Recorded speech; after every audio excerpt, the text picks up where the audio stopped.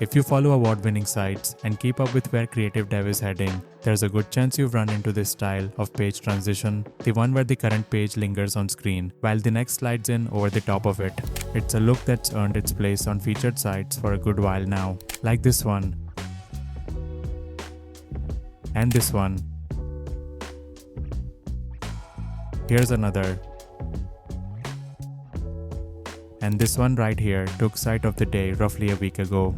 Watch the click. The page you're on begins its exit, and before it can leave, the next page unveils itself directly on top, the two of them in motion together. This isn't new territory for the channel, we've built transitions like it before. The catch was always Next.js, where getting there meant pulling in a third-party package or plugin. The thing is, the Vue Transitions API has been sitting in the browser for a while, and it was practically made for this. I only recently came across this doc from the Next.js team, though it was published a couple of months ago, and seeing it laid out there made me want to experiment, because every previous video we've done on this topic leaned on some library or package to get the effect working. This time, I wondered whether we could pull it off with CSS alone. No plugins anywhere, and as it turns out, it can. Around 20 lines of CSS gave me this, near enough to that award-winning site from a moment ago. And that really is the whole cost of it, a transition this sharp for a handful of lines, and zero setup. The coolest part is, customizing it is just as painless. A few different keyframes and you land on something like this instead, closer in spirit to those first sites I opened with. So across this video, I'll take you through it step by step using the Vue Transitions API to build page transitions for your own Next.js powered sites. If you'd like to grab the source code for this project, along with hundreds of other micro projects and a brand new website template every month, you can check out the Pro membership via the link in the description. And if you find this kind of content useful, a like on the video and a subscribe really do help the channel grow. Alright, let's get into the code. To keep things quick and hold the focus where it matters on actually using the Vue Transitions API, I've already set up a few pages for us to test with, along with a simple navbar component. Let's take a quick look. All three pages follow the exact same structure, a single section acting as the hero, with an h1 inside holding the page name. One for Genesis, one for Gateway, and one for Colony. Nothing more than that. A simple heading on each is enough to keep them from looking empty, since the whole focus here is on the transition. Then the navbar. It pulls in the link component from Next.js, so we get client-side navigation between our routes. The brand name sits on the left, and the page links on the right, with each link wrapped in its own div. So we've got something to hang a bit of padding off later. And finally the layout file, where I wired up two fonts as CSS variables and imported the navbar so it renders above the children. Since this is the root layout, it shows up across every page automatically. And that's the setup. As you can see on the side, the navigation is working perfectly fine. We can click through and visit each page without any issues. So next, let's get straight into the styling and make these pages look a little prettier. Let's head into the globals.css file and start building out the look of the project. First up, a couple of variables inside the root selector, a background color and a foreground color. Keeping these at the top means we can adjust the whole palette from one place later. Then a quick reset, clearing out the default margins and paddings, and switching everything over to border box sizing, and a background color on the body, pulling from that variable we just set. Now the navbar. I'll fix it to the top of the screen so it stays visible across every page. Lay it out as a flex row and push the brand name to one side with the links to the other. I'll also give it a Z index so it always sits above the page content. Then the nav links themselves. I'll lay them out in a row with some spacing between them, add a bit of padding to each one, and style the links with the instrument sans font and our foreground color so they stay readable against the darker backgrounds. Next, the hero sections. Each one takes up the full viewport height, and I'll push its content down to the bottom left using Flexbox.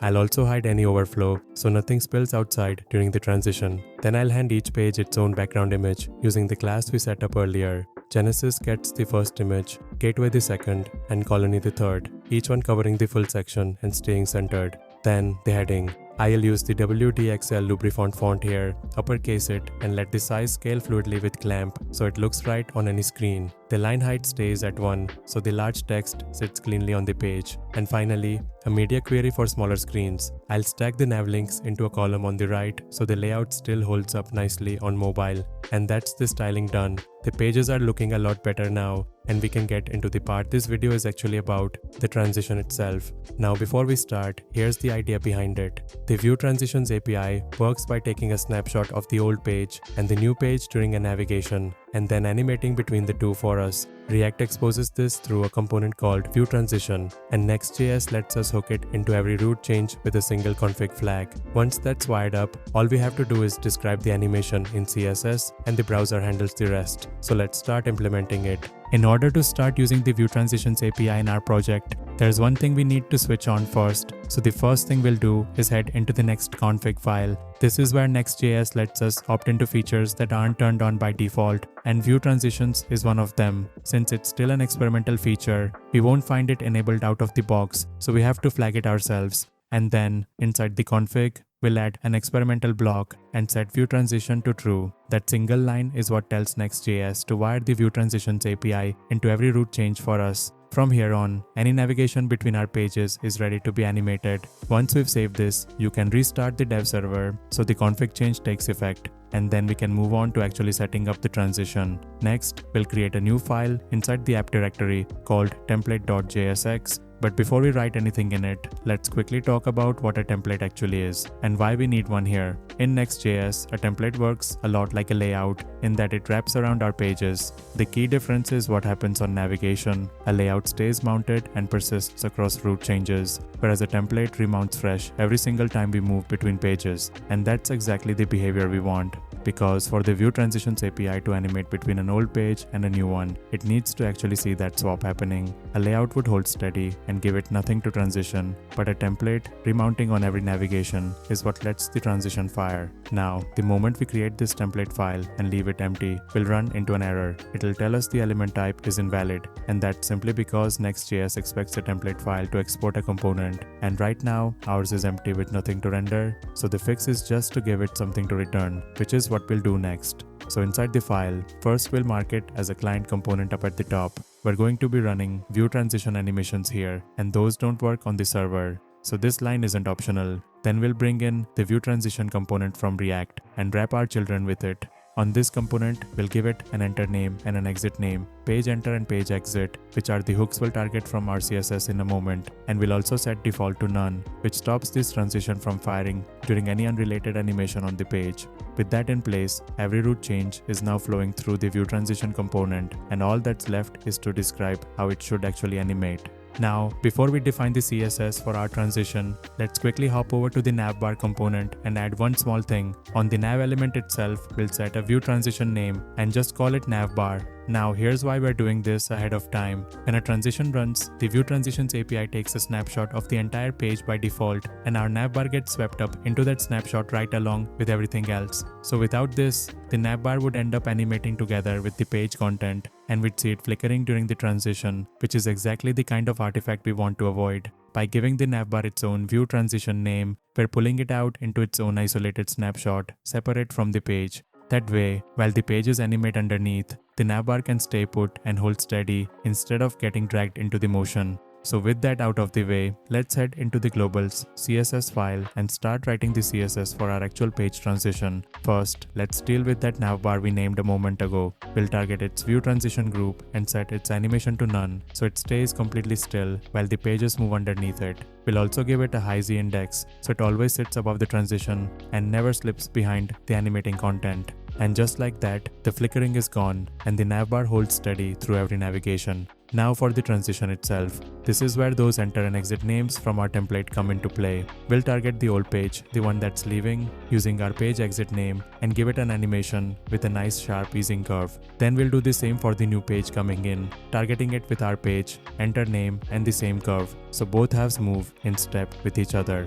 With the two sides hooked up, all that's left is to describe what they actually do, and that comes down to a couple of keyframes. First, the page that's leaving. For this one, the leaving page still lifts up, but instead of scaling, it only fades back partway, and the page coming in starts from the bottom this time, with its clip path collapsed along the bottom edge. So instead of opening from the center, it wipes upward to fill the screen. Exactly the effect we set out to build, and all of it from just a handful of lines of CSS. Now, the best part is how easily we can reshape this. Let me comment out these keyframes and put together a completely different variant just by changing what's inside them. We'll start it at its normal position and full opacity, then push it up and scale it larger as it fades away. Because it's scaling up while it lifts, it grows past its own edges as it goes, so it keeps filling the screen the whole way out rather than exposing anything behind it. Then the page coming in. This one starts pushed down a little, with its clip path collapsed to a thin sliver right in the middle of the screen, so barely any of it is visible yet, and then we animate it up into place, while that clip path opens all the way out to the full viewport. So the new page reveals itself through a window that grows from the center outward, sliding up as it does, and there it is. If we click through the links now, the current page zooms up and fades away, while the new page opens up right over the top of it, both moving at once. Same hooks, same setup, just different keyframes, and we get a transition with a totally different feel, and that's the whole thing. With the View Transitions API doing the heavy lifting, we've built smooth, customizable page transitions in Next.js using nothing but CSS, no packages or plugins, and barely any code. Tweak the keyframes, swap the easing, change the clip path, and you've got an endless number of variations from the same simple setup. Hope you found this one useful, and I'll catch you in the next one.